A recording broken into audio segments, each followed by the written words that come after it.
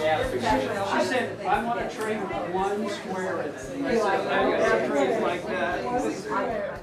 Hi, I'm Mark from the Clamshell in Prescott, Arizona, and we're introducing a new gemstone here at the Denver Gem and Mineral Show. It's K2 from Pakistan, the base of the K2 mountain in Pakistan. It's azurite orbs in an albite matrix.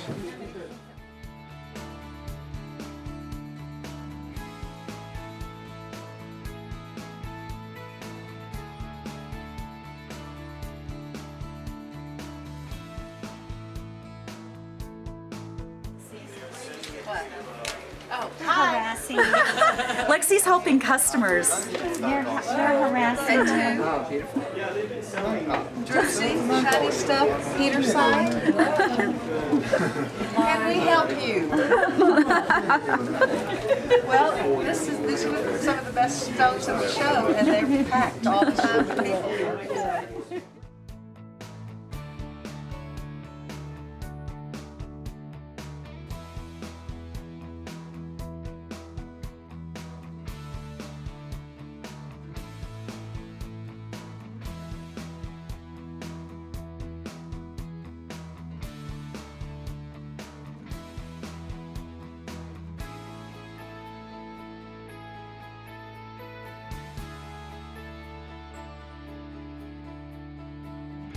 We're here, we are selling quality beads to the public in Denver, Colorado at the Mineral and Fossil Show. Very cool. So, can you tell us a little bit about maybe some of the beads that are back here on the back shelf? Oh my gosh, you do this so good. What are some of your favorites? Eddie, what are your very favorite beads out of all of these here? Turquoise. Really, and why? You can find turquoise in tombs of the Egyptians. You can find turquoise all the way back many hundreds of years ago in Indian burial grounds. They lived it. It was a commodity that they valued. They traded it. They gave it away as a prestigious gift to members of their family, friends, relatives. Turquoise. I love turquoise. What do we have down here? This is Chinese turquoise, and you can see typically the browns is more iron deposits, whereas the green is more copper deposits in it. It's got all, here's blue. All of that material was mined in China, and there's several different places that they mine it from, several little digs all over the place. The government of China is getting more involved with the digging of the turquoise, so Chinese turquoise is getting more and more expensive and a little harder to get because there's regulations on it. Gotcha. All right, well, thank you. Okay.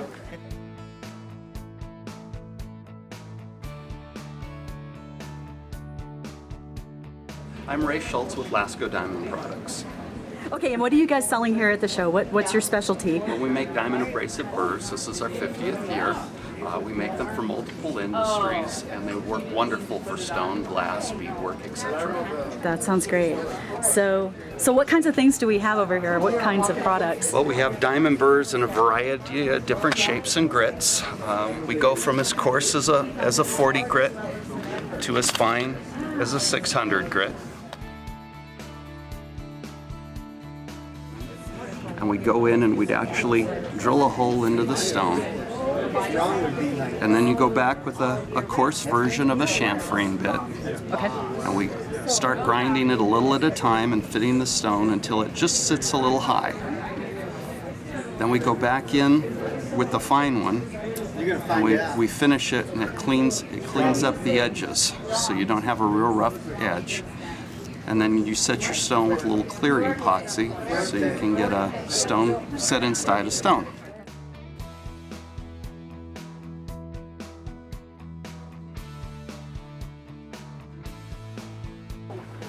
My stuff's on the other side, so I can help you out. These are the mammoth bone beads. Very pretty. Okay, they are. Wow. Oh. Uh-oh, let's see. Yeah. Lexi, what have you found? These are my mammoth bone beads. They're very rare. They're very unusual. They are. I picked mine up in Europe a number of years ago, in England, and now they have some very limited supply at the Gem and Mineral Show.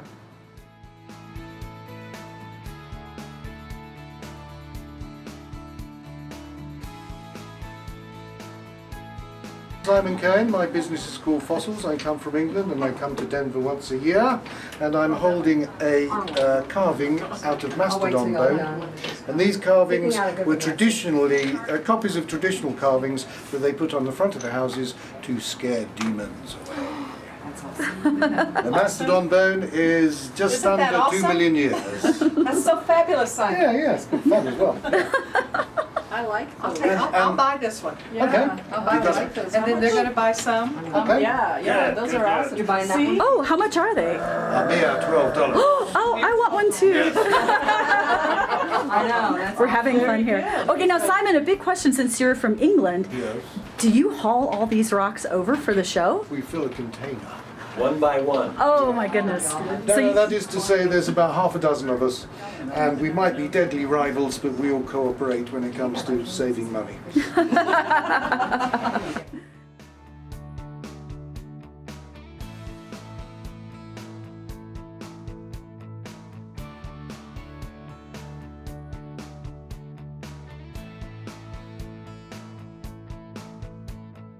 you walk in here, it's like being in a cathedral. All of the ammonites, and you know how much I love ammonites. One of these now graces the mantle over my fireplace. Aren't they magnificent?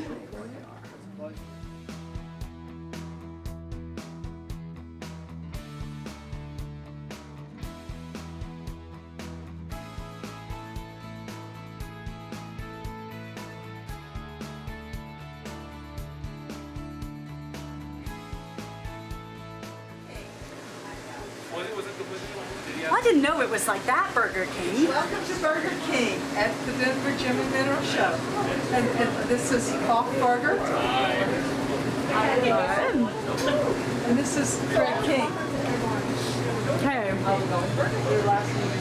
And Greg is actually on the washing machine because Burger King is here in the laundry room at the show, near the refreshments.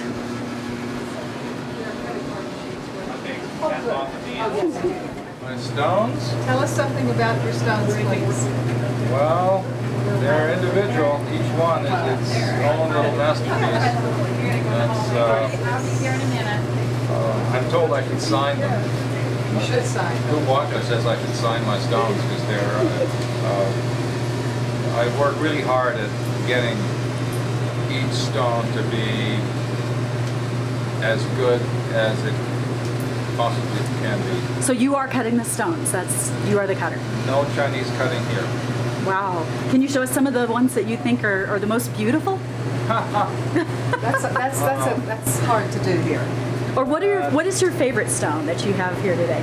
Well, being as a person, I'm a person that likes to laugh, I would have to say that this goofy guy is one of my big-time favorites.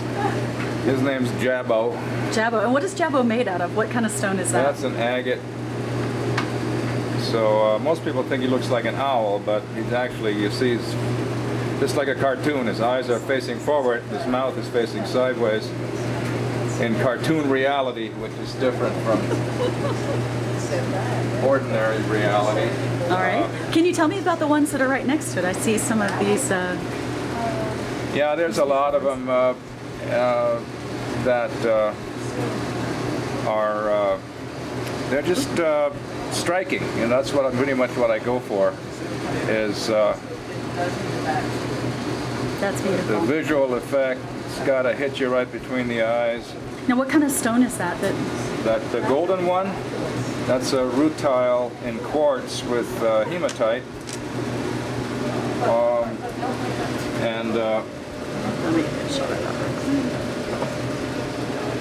Then also some of the stones I hunt myself. Here's a turquoise from Gleeson, Arizona that I found on the dumps. You can imagine the kind of stones they were finding if they were throwing this stuff out on the dumps. Oh my gosh. Now, is that copper? No, turquoise is actually like an iron phosphate, but it has some copper in it that colors it, but not very much copper. It's not a copper ore or a source of copper by any means. Okay, well, you're looking at all natural turquoise, U.S. turquoise from various mines, mainly Nevada, some Arizona. Most of these mines are not working, they're not mining it anymore. So it's all actually very rare, and it's going to keep getting rare.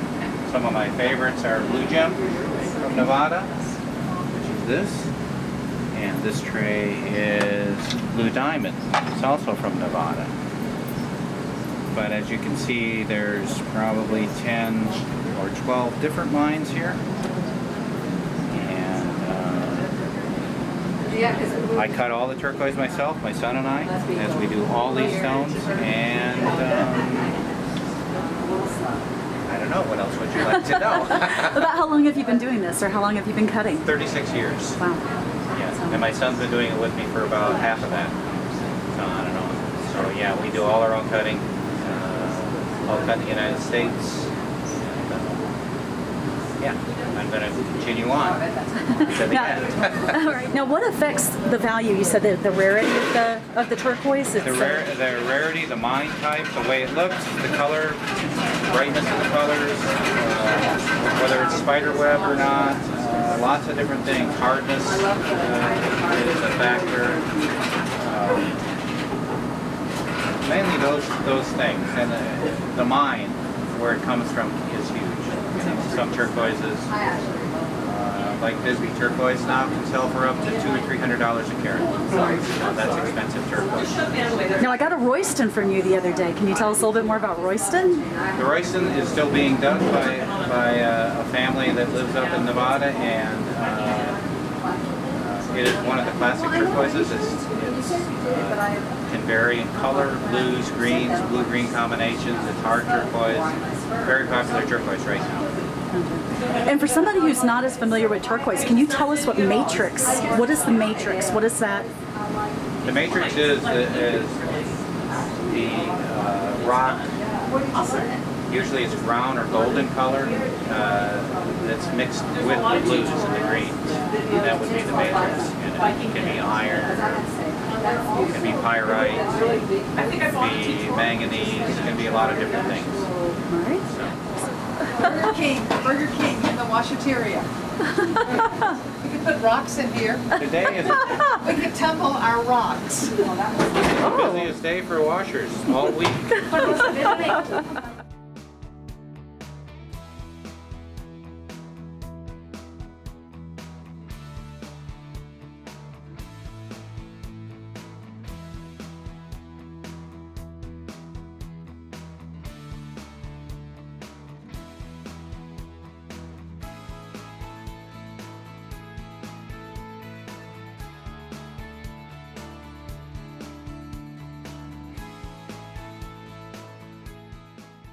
When we caught up with Gary Wilson, we asked him about Chinese writing stone, one of Lexi's favorites.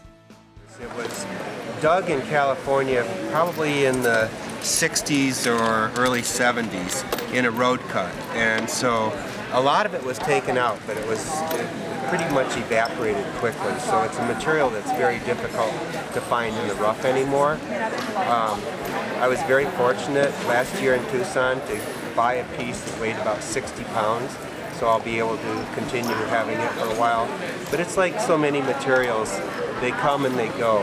And if you don't have the rough, you can't have the finished product. Lexi has been using it both in matte and the polished pieces in her work for quite a long time.